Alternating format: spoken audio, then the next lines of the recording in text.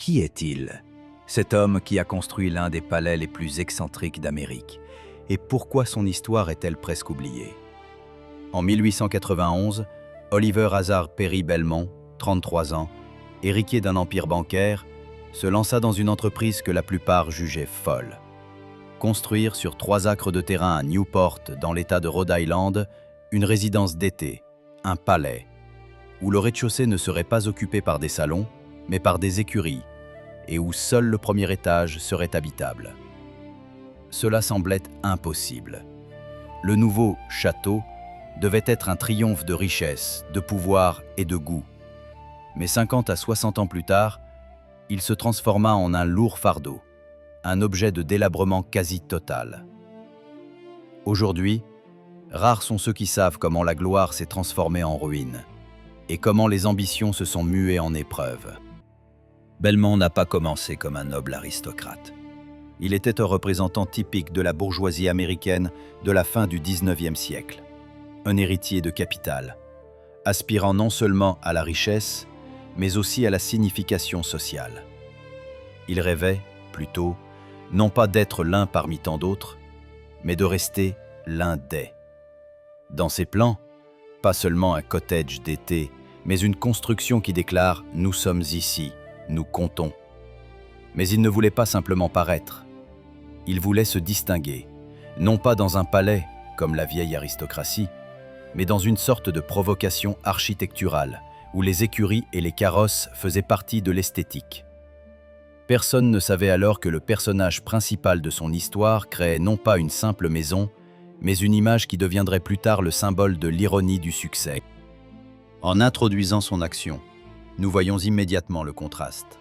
Un début modeste, l'héritier d'une dynastie bancaire. La grandeur, une maison-château sur 3 acres avec vue sur Bellevue Avenue. L'inconnu.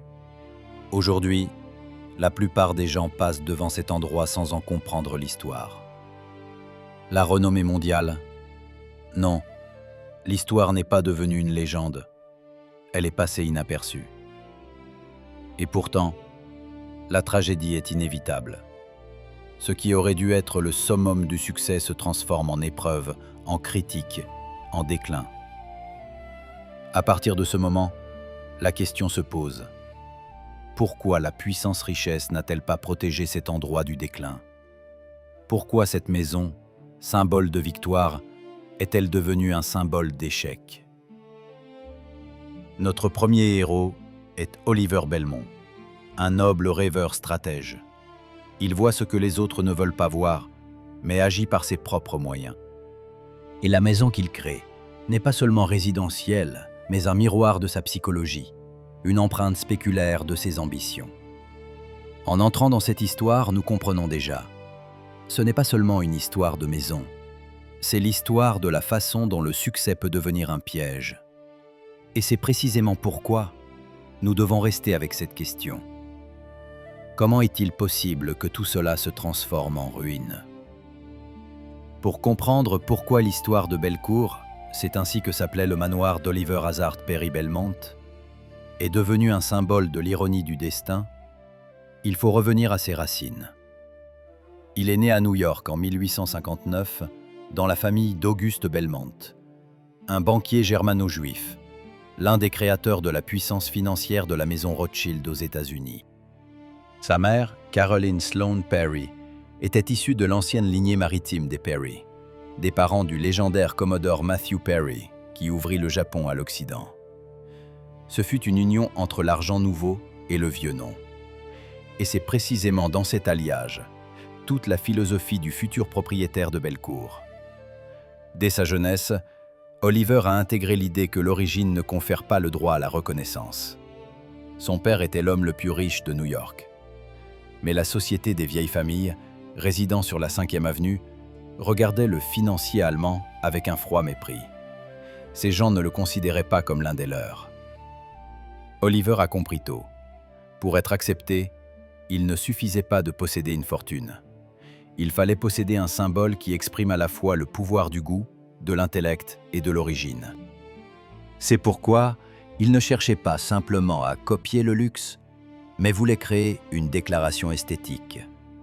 un nouveau style de grandeur américaine. Oliver a fait ses études à Harvard, mais son caractère était loin de la discipline académique. Il était impulsif, passionné, doté d'un goût raffiné, légèrement excentrique. Il a servi dans la cavalerie, a participé à la vie publique, mais surtout, il possédait une rare capacité à allier en lui l'éducation culturelle européenne et la détermination commerciale américaine.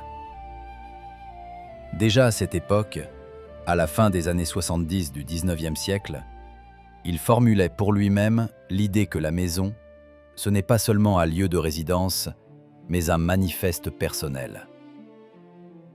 Sa philosophie était que le succès ne devait pas être simplement visible, mais compris. Il écrivait dans l'une de ses lettres, la citation est tirée de la correspondance conservée dans les archives de la famille Belmont. « Une maison ne doit pas s'expliquer, elle doit parler d'elle-même. » Cette pensée deviendrait son guide. La première chose à laquelle il fut confronté fut la résistance de son milieu. Sa famille faisait partie des nouveaux riches américains, ayant acquis leur capital grâce au chemin de fer, aux banques et aux investissements.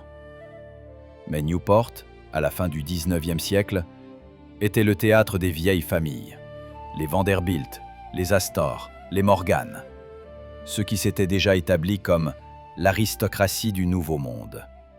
Pour eux, Belmont était un étranger, trop nouveau, trop éclatant, trop impétueux.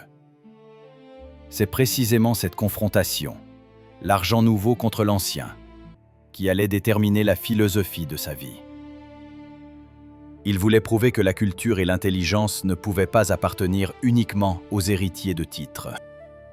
En 1891, il engage le jeune mais déjà célèbre architecte Richard Morris Hunt, l'homme qui avait construit pour les Vanderbilt leur grandiose domaine des Breakers, pour créer quelque chose de différent. Non pas une imitation, mais un défi. Hunt proposa un projet dans le style gothique français du XVe siècle, inspiré par un château de la Loire, Chambord. Mais surtout, l'idée d'un bouleversement fonctionnel, faire du rez-de-chaussée la demeure des chevaux et de l'étage supérieur celle des hommes. Ce choix n'était pas une simple excentricité. Il reflétait la vision du monde d'Oliver. À ses yeux, le cheval était un symbole de force, de mouvement, de chevalerie, ce qui manquait à l'homme moderne. Une maison où les écuries devenaient le centre devait incarner l'honneur, l'ordre et l'esprit de l'ancien monde transplanté dans la Nouvelle Amérique. Ainsi, la philosophie de Belmont prenait forme. C'était l'architecture comme une déclaration contre le snobisme, comme une affirmation de la dignité de l'action et non de l'origine. Vers la fin des années 90, son projet se concrétisa en une idée: construire un manoir qui allierait l'ancien esprit de chevalerie aux nouvelles possibilités du capital américain. C'était sa première stratégie: ne pas acheter la reconnaissance, la créer à travers un symbole. Et ce symbole devait devenir une maison, où chaque pierre parlerait de ses convictions. Ainsi commença l'histoire de Bellecour. Non pas un simple bâtiment, mais la philosophie architecturale d'un homme qui tentait d'unir deux mondes. Et c'est précisément dans cette union, la clé pour comprendre pourquoi son destin se transformerait en drame. Pour Oliver Belmont, la maison n'était pas un refuge, mais un manifeste. C'est cette conviction qui deviendrait aussi bien la source de sa gloire que le début de sa fin. Le tournant du destin d'Oliver Belmont survint au moment où sa vie croisa celle d'une femme, dont le nom à lui seul était devenu un symbole de l'époque américaine. En 1906, il épousa Alva Vanderbilt, la veuve de William Kissam Vanderbilt, héritier d'un empire ferroviaire et l'un des hommes les plus influents des États-Unis. Cette union ne fut pas un simple mariage, ce fut la collision de deux mondes, celui des vieilles fortunes et celui des nouvelles ambitions. Alva avait 43 ans, Oliver en avait 47. Elle était une femme réputée pour être une hôtesse brillante, une mécène et en même temps, l'une des figures les plus indépendantes de son époque. Après son divorce scandaleux avec Vanderbilt, le premier de ce genre au sein de l'élite américaine, elle se retrouva dans la position d'une paria de la haute société. Pour elle, le mariage avec Belmont était l'occasion de trouver non seulement un attachement personnel, mais aussi une nouvelle identité. Pour lui, une chance de faire partie du cercle qui, toute sa vie, ne l'avait pas reconnu. Leur union fut à la fois stratégie et amour. Belmont assuma le rôle de protecteur, et Alva apporta à sa vie ampleur et influence. Elle possédait une fortune, du goût et surtout un sens de la mission. Son idée était que la richesse devait servir au progrès social et non pas simplement être une vitrine du pouvoir. C'est sous son influence que Belmont commença à repenser sa création, Bellecour. Initialement, la maison était conçue comme une résidence privée pour les promenades à cheval et les réceptions mondaines. Mais elle devait désormais devenir un espace qui unissait l'esthétique, l'art et l'intellect. Elle y voyait non pas un simple symbole de chevalerie, mais un monument vivant à la transformation culturelle de l'Amérique. Des collections d'art médiéval, des vitraux, des meubles importés d'Europe commencèrent à apparaître à Bellecour. Les vitraux furent commandés à des maîtres de Chartres, les cheminées fabriquées en France, et le marbre des escaliers acheminé d'Italie. La maison devint un lieu où deux époques se rencontraient, le passé et l'avenir. C'est cette période qui fut le sommet de leur influence publique. Le couple organisait des réceptions où se pressaient politiciens, écrivains, artistes. Dans les murs de Bellecour résonnaient des conversations sur les femmes dans la société, sur l'avenir de l'architecture, sur le fait que l'Amérique devait apprendre à créer non seulement de la richesse, mais aussi de la culture. La maison vivait et respirait la philosophie de deux personnes fortes. Mais au sein de cette idylle, un conflit interne commençait déjà à grandir. Oliver Belmont, bien qu'enthousiasmé par l'idée d'un héritage esthétique, restait un homme d'action et de contrôle. Alva, au contraire, aspirait à la liberté, à ce que l'espace qu'ils avaient créé vive indépendamment d'eux-mêmes. Leurs vues sur le sens de la richesse commencèrent à diverger. C'est alors que Bellecour se concrétisa définitivement comme un mariage de deux mondes. L'étage inférieur, sanctuaire de la force masculine, les écuries et les salles de carrosse, où le bronze côtoyait le chêne et l'odeur du cuir. L'étage supérieur, le territoire d'Alva, raffiné, imprégné de lumière et de musique. Elle réaménagea les pièces, ajouta des miroirs, des papiers peints en soie, des lustres français. Ainsi, la maison devint le miroir de leur union. En bas, la force et l'ordre. En haut, l'esprit et la beauté. En 1912, Belmont fut élu au Congrès pour l'État de New York. Son influence grandissait, et Bellecour devint le symbole non seulement du luxe, mais de l'intellect. Il disait souvent aux journalistes que l'architecture est la biographie de la pierre. En cela résidait toute sa personne. Un romantique rationnel. Un homme qui construisait non pour la gloire, mais pour une idée. Cependant, cette ascension fut la dernière. 3 ans plus tard, en 1915, il mourut d'une pneumonie, laissant Alva veuve pour la seconde fois. La maison, qui était le symbole de leur union, devint pour elle à la fois un temple du souvenir et une épreuve. Elle la conservera, mais avec le temps, elle commencera à y voir non seulement de la beauté, mais aussi un fardeau. Ainsi s'acheva l'étape de l'essor, lorsque deux mondes, en s'unissant, créèrent quelque chose de grandiose. Mais dans l'histoire de Bellecour, ce n'est que le milieu du chemin. Devant, l'apogée de la grandeur, inévitablement suivie par la chute. Et la maison, construite comme un symbole de force, deviendra le miroir de la solitude. Quand on entre à Bellecour, même aujourd'hui, plus d'un siècle plus tard, on a l'impression de franchir la frontière entre deux civilisations. La maison se dresse sur Bellevue Avenue, une rue où chaque villa de la fin du XIXe siècle est une démonstration de richesse. Mais Bellecour était différent. Il ne criait pas au luxe. Il déclarait l'ordre, le rituel et l'honneur. La première chose qui accueille le visiteur, d'immenses portes, copiées d'un château de la Loire en France, avec le blason de Belmont, où deux symboles s'entrecroisaient, un casque de chevalier et un aigle américain. Derrière elle, une cour pavée de granit, où se tenaient autrefois 25 chevaux de race.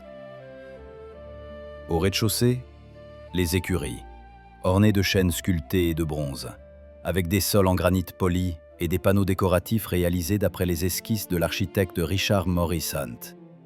Chaque stalle était ornée d'une plaque de cuivre portant le nom du cheval, et la ventilation était agencée de telle sorte que l'odeur du cuir et du foin était à peine perceptible. Ici, tout ressemblait à une cérémonie. Même l'espace destiné aux animaux était soumis à l'esthétique d'un ordre chevaleresque. Les chevaux faisaient partie de la maison, non pas inférieure à ses habitants, mais plutôt une extension de la volonté du maître. Parmi les pièces du niveau inférieur se distinguait la salle des carrosses, une longue galerie où étaient entreposés les calèches et les harnais, incrustés d'argent. Le soir, Belmont lui-même descendait pour observer les domestiques préparer les chevaux pour la promenade nocturne. Des témoignages d'époque décrivent comment, à la lumière des lampes, le cuivre brillait et les reflets scintillaient sur les murs de marbre. On aurait dit un temple du mouvement, écrivait l'un des invités dans le magazine Harper's Weekly en 1895. En montant le large escalier jusqu'au premier étage, le visiteur entrait dans un monde entièrement différent. Si en bas régnait le bronze et la pierre, en haut, la soie, le brocart et la lumière. Le hall principal, une galerie à double hauteur sous plafond de plus de 10 mètres, ornée de boiseries sculptées et de vitraux représentant des scènes de la vie de Saint-Georges. La lumière, traversant le verre coloré, teignait les murs de profonds tons pourpres et dorés.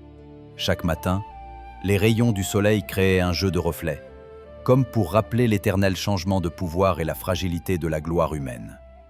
Du hall, on pouvait accéder à la bibliothèque, la pièce la plus personnelle du propriétaire. Elle abritait plus de 2000 volumes, de la Divine Comédie de Dante aux traités techniques sur les machines à vapeur. Belmont estimait que l'intellect et l'ingénierie ne devaient pas être séparés. Dans cette pièce, comme l'écrivaient les contemporains, il pouvait passer des heures à discuter de politique et d'architecture en regardant le globe de bronze installé au centre. Sur les murs, des gravures représentant des châteaux de la Loire et des cathédrales gothiques. Tout dans cet espace témoignait de la volonté d'unir l'idéal chevaleresque au progrès moderne.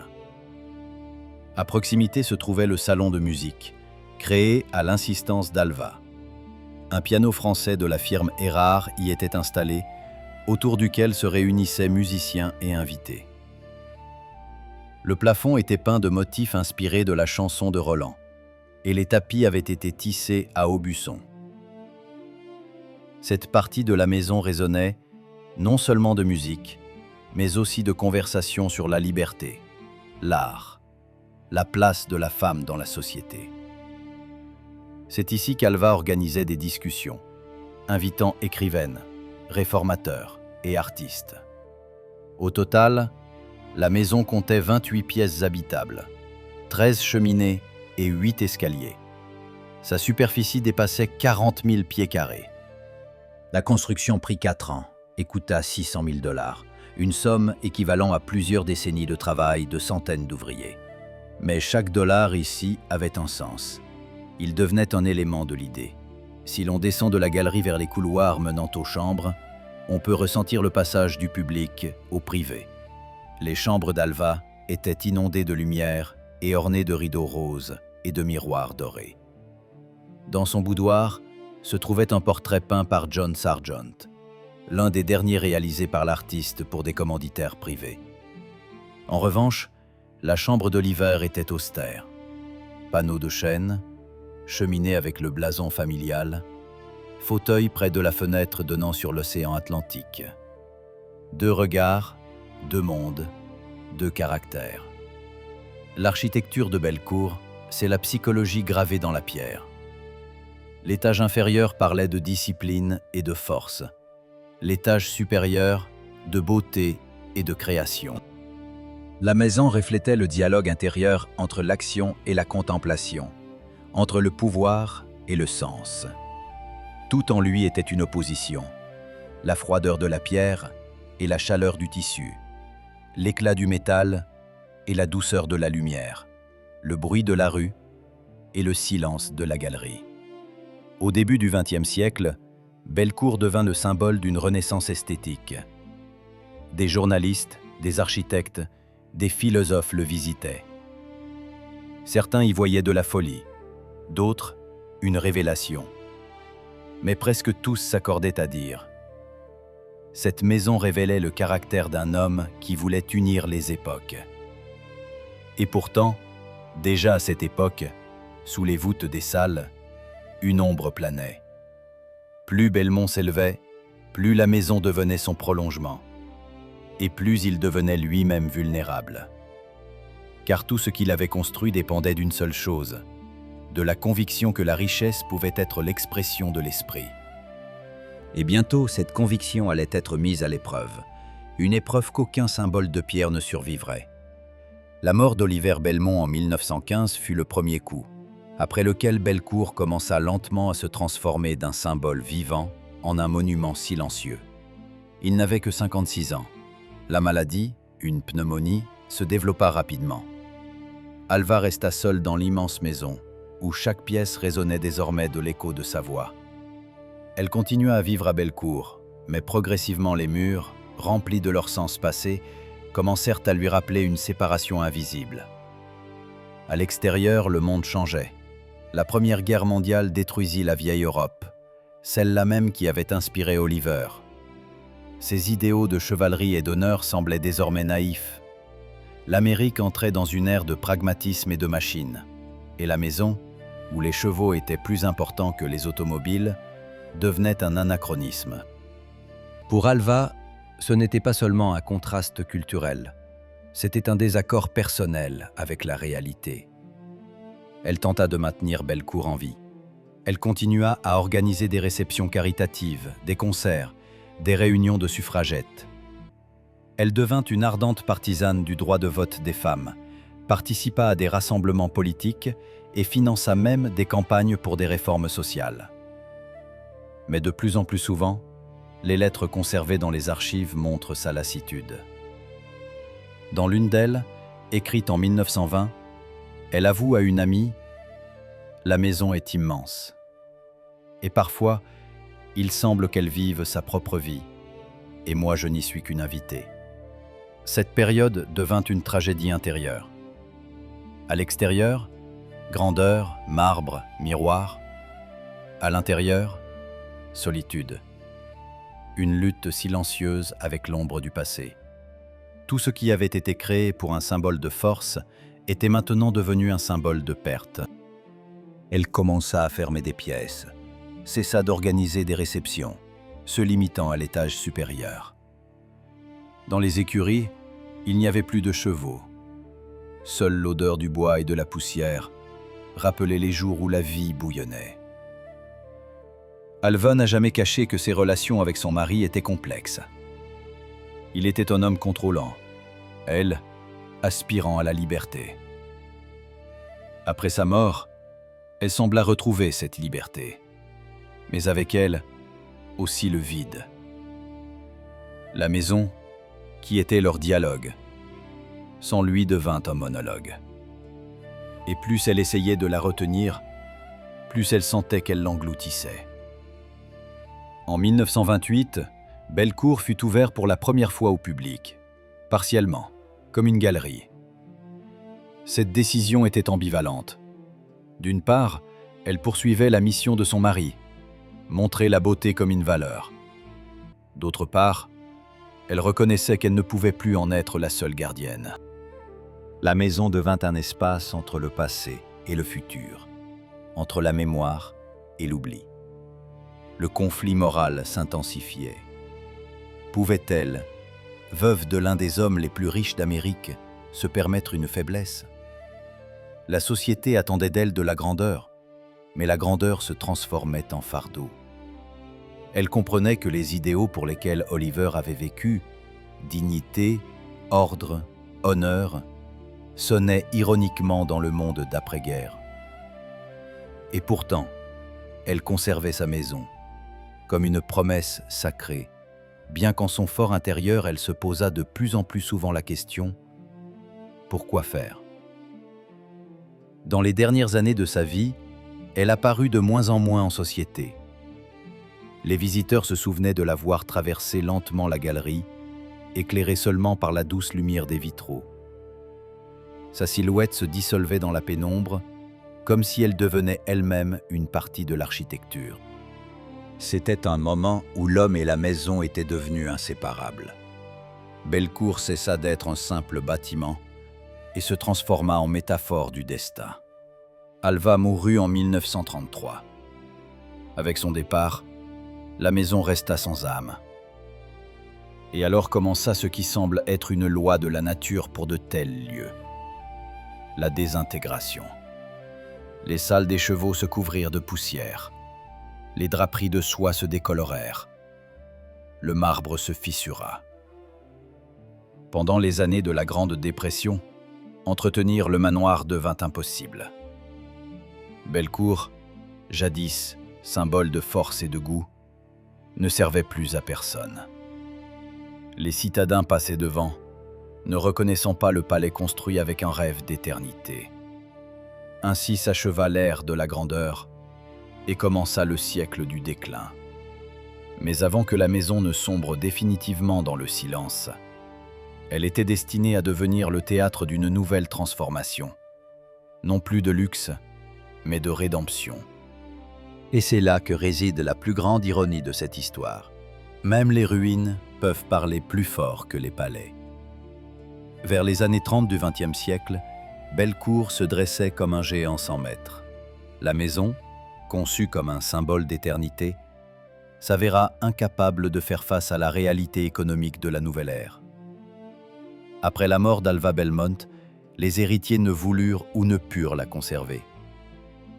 La Grande Dépression, qui frappa l'Amérique, anéantit de nombreuses fortunes, mais plus encore, elle détruisit les illusions.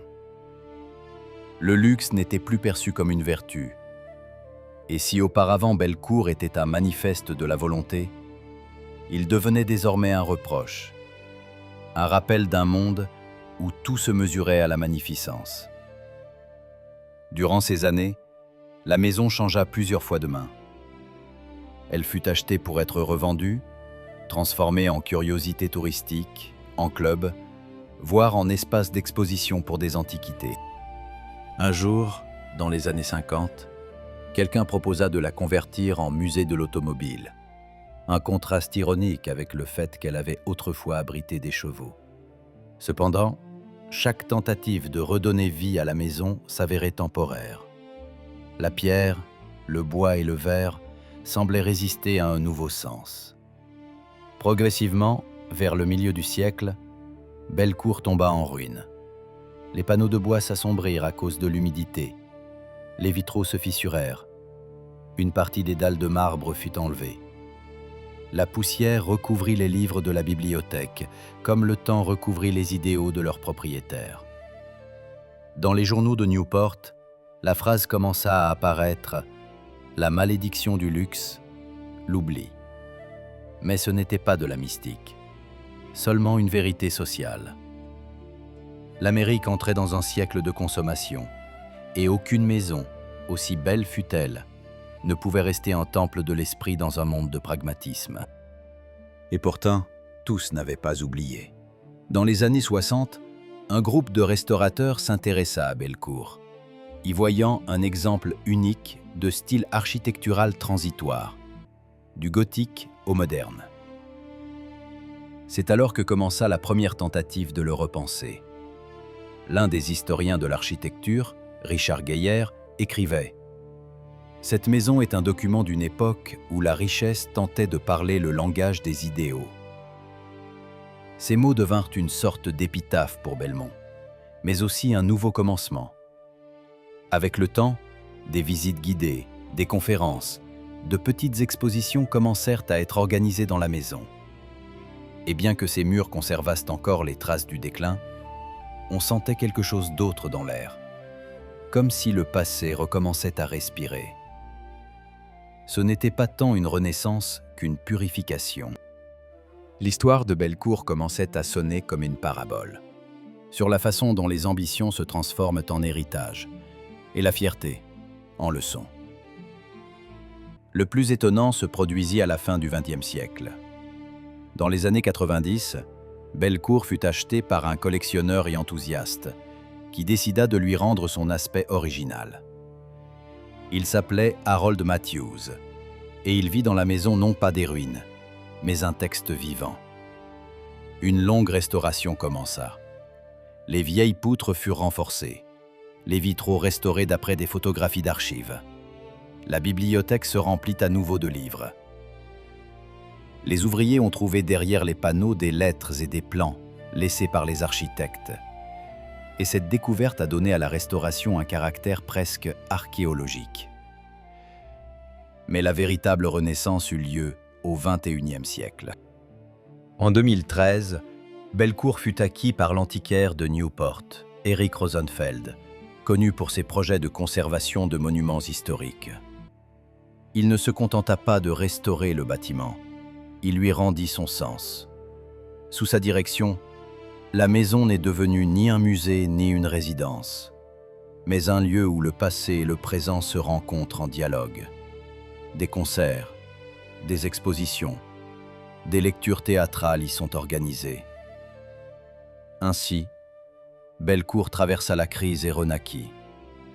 D'un symbole de pouvoir, il devint un symbole de mémoire. D'un manifeste personnel, un bien public. Ce qui fut autrefois construit comme une affirmation de la force individuelle se transforma en un rappel de la force de la culture. Si Oliver Belmont cherchait à prouver que la richesse pouvait être une forme d'art, l'histoire a maintenant prouvé le contraire. Seul l'art est capable de sauver la richesse de l'oubli. Et c'est là la véritable transformation. La maison, érigée pour l'éternité, est réellement devenue éternelle. Non grâce à la pierre, mais grâce au sens qu'elle a acquis un siècle plus tard. Et pourtant, il reste une dernière question, qui ne quitte personne qui entre dans ces salles. Qu'est-ce que l'histoire de Bellecour nous enseigne au juste? La réponse à cette question sera donnée dans le dernier chapitre, quand les ruines se transforment en leçons et que la maison devient le miroir du temps. Aujourd'hui, en se tenant dans la galerie centrale de Bellecour, où les vitraux brillent à nouveau du feu du soleil couchant, il est impossible de ne pas ressentir une étrange présence, comme si les murs se souvenaient du souffle de leur créateur. Chaque fissure, chaque égratignure sur la pierre, chaque demi-ton dans le vieux chêne parle du temps qui a traversé ce lieu. La maison construite par vanité a vécu une vie digne d'un être humain, une jeunesse brillante, une maturité fière, une vieillesse tragique, et enfin une douce renaissance. Ce qui semblait autrefois le caprice privé d'un riche est devenu le symbole d'un processus plus profond, celui de la recherche par l'Amérique de son identité à travers l'architecture. Au XIXe siècle, des maisons comme Bellecour étaient une tentative d'une jeune nation de prouver qu'elle était capable d'une grandeur égale à celle de l'Europe. Mais avec le temps, ces manifestes de pierre ont perdu leur signification originelle et sont devenus des miroirs dans lesquels on pouvait voir non seulement la force, mais aussi la vulnérabilité d'une culture basée sur la richesse. La restauration de Bellecour au XXIe siècle n'a pas été une simple tâche technique, mais un acte de rédemption morale. Au sein de ce processus, il y avait quelque chose de presque religieux. Rendre son sens, c'est rendre son âme. Les nouveaux propriétaires, historiens, artistes et artisans, ne voyaient pas dans cette maison un monument au luxe, mais un témoignage de l'aspiration humaine à l'harmonie. Ils s'efforçaient non pas de recréer le passé littéralement, mais d'en restaurer le souffle. Aujourd'hui, Ces salles accueillent des concerts de chambre, des conférences sur l'art, des projections de films documentaires. Dans les écuries, où se tenaient autrefois les chevaux d'Oliver Belmont, sont désormais aménagées des expositions sur l'artisanat et l'architecture. Au premier étage, une exposition consacrée à Alva Belmont elle-même, à sa lutte pour les droits des femmes. Le silence de la maison s'est empli de nouvelles voix. Les voix de l'art, de la science, de la conscience publique. Chaque visiteur, en foulant le sol de marbre du hall principal, subit la même transformation intérieure que celle vécue autrefois par ses propriétaires. On voit comment la beauté devient une épreuve, comment le pouvoir se dissout dans le silence, comment le temps transforme le privé en public. Et à ce moment-là, on commence à comprendre que Bellecour, ce n'est pas seulement un monument historique. C'est une allégorie vivante du chemin humain, du désir de posséder à la capacité de comprendre. Si l'on ferme les yeux, on peut imaginer comment la silhouette du jeune Oliver se reflète dans l'une des fenêtres. Il se tient au parapet, regarde au loin, là où l'océan se fond dans le ciel. Derrière lui, on entend le pas doux d'Alva. Ils sont tous deux, comme des personnages de légende, figés dans un instant entre gloire et silence. Leur maison a survécu parce qu'elle contenait non seulement la richesse, mais aussi un rêve, imparfait, mais authentique. Et, peut-être, c'est précisément pourquoi Bellecour est encore perçu aujourd'hui non pas comme un vestige d'une époque, mais comme son rappel. Il enseigne non pas à juger le passé, mais à le comprendre. Il rappelle que le luxe sans idée est mort, et qu'une idée sans forme est stérile, et que la véritable valeur de toute création est dans sa capacité à survivre à son créateur. Maintenant, quand la lumière du soir s'éteint dans les vitraux et que de longues ombres glissent sur le sol de marbre, la maison se fige à nouveau dans le calme. En lui vit encore le souffle du passé, mais il ne pèse pas. Il inspire. Bellecour a traversé le temps, a survécu à ses propriétaires, a enduré l'oubli. Et maintenant, il a enfin trouvé ce que son créateur cherchait si désespérément. L'immortalité. Non pas dans la pierre, mais dans la mémoire.